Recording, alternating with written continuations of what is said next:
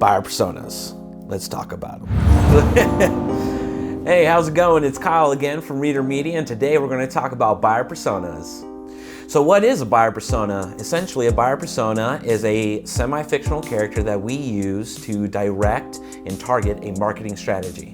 A simple example of a buyer persona are dads who own trucks in their 40s who are looking for a solution for gun racks. Another simple example are college students under the age of 25 who are looking for cool places to hang out, sip coffee, and study that are near campus. So the reason why buyer personas are important is that they serve as a roadmap. Essentially, we don't want to go to Italy without a roadmap to Rome or to the Colosseum. So buyer persona serves as that roadmap to your Colosseum of consumers.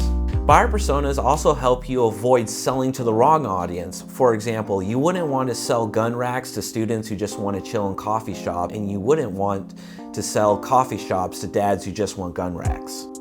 Now your next question might be, how do I find my buyer persona? And I'm glad you asked. What you're going to do is you're going to gather data first. You're going to use Facebook, Twitter, Instagram, Google Analytics. You're going to use your contact list. You're going to use all those different sources of data in order to figure out who is buying your product and service. This is a super important part.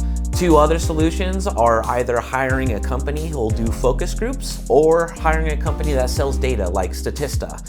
These solutions are super expensive, so if you can't afford those things, I would definitely recommend going back to Facebook, Instagram, Twitter, and Google Analytics. So the certain data points that you need to pull from all this data are the gender, the age, the political and religious beliefs, the geographical locations, and perhaps even the interests of your consumer base.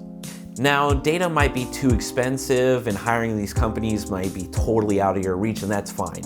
So what you have to do is you have to predict all those categories I just listed off: the age, the gender, geographical location, interests, certain life events that are happening for these people. You can totally predict those and then test them, and then you'll gather that data over time. So after you've determined all those other variables, what you need to determine is what problem you solve best, and what motivates your consumers to solve that problem. By this point, you should know whether or not you're selling gun racks to dads in their 40s or a coffee shop to students underneath 25 who go to college. After all this research, you should have at least 3 buyer personas that will assist you in targeting your audience and crafting a message that perfectly suits them. You'll also have a good idea on whether or not to use email, social media, which social media channels to use, traditional advertising, or even video marketing.